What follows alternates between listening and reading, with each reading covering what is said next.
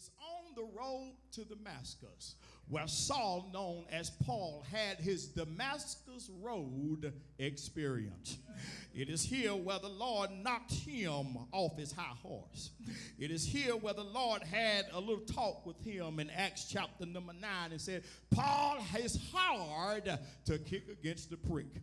And I've come to tell somebody sitting in here this morning, God had to knock some of us off our high horses because we were riding. We thought we were on cloud nine. We thought trouble was never gonna come, and we were doing everything that we were. But God had to have a little conversation with us, and He told us it's hard to kick against the prick.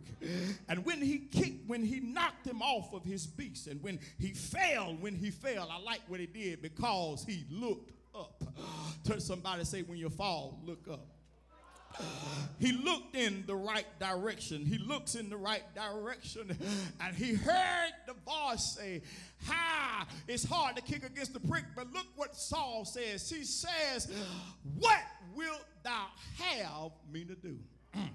Yes, that needs to be our question this morning. That needs to be our question this morning. When we find ourselves up against the wall, when we find ourselves, when God is speaking to us and we've done everything that we were big enough and bad enough to do, and God knocks us down, our question should not be, "Why did you do that, Lord?" Our question should not be, "I'm going through this for whatever reason." But your question should be, "Lord, what wilt thou have me to do?"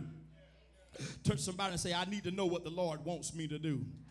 Now look here, looks here. He knocks him off his horse. He looks up. He asks the Lord, "What will you have me to do?" Now look what happens. Look what happens. He said, "Look, I need you to go to a man by the name of Ananias." Can I fix my text up this morning?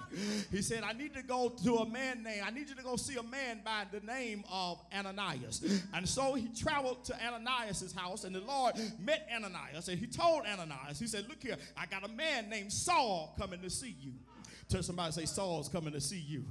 Now Ananias knew who Saul was, and he really wasn't interested in seeing Saul because he knew Saul killed the saints of God. He knew Saul was a bad man. But he said, "Look now, you don't have to be afraid of him because I've touched his heart." Ain't that good news this morning that God can touch your heart? I don't care what you've done, where you've been, but I'm looking at some folks in here that carried 357s, had switchblades and knives, but God touched your heart. Many folk really didn't want to deal with you because they knew what type of person you was, and when they saw you, they didn't see nothing but the glory of God on you because He had touched your heart. Touch somebody and say, "He is a heart changer." Now watch this. Is in Acts chapter number 9 when he told him, he talked to Ananias, and Ananias laid his hands on him. Now watch this. In Acts chapter number 9, Paul started preaching. Tell somebody, say, he started preaching. Now watch this. It was not until he laid his hands on them. And the first thing I want to tell you got to do, if you're going to be a prisoner for Christ, you've got to receive your sight. Tell somebody, say, you got to receive your sight. Many of us, we're still looking out of the old eyes.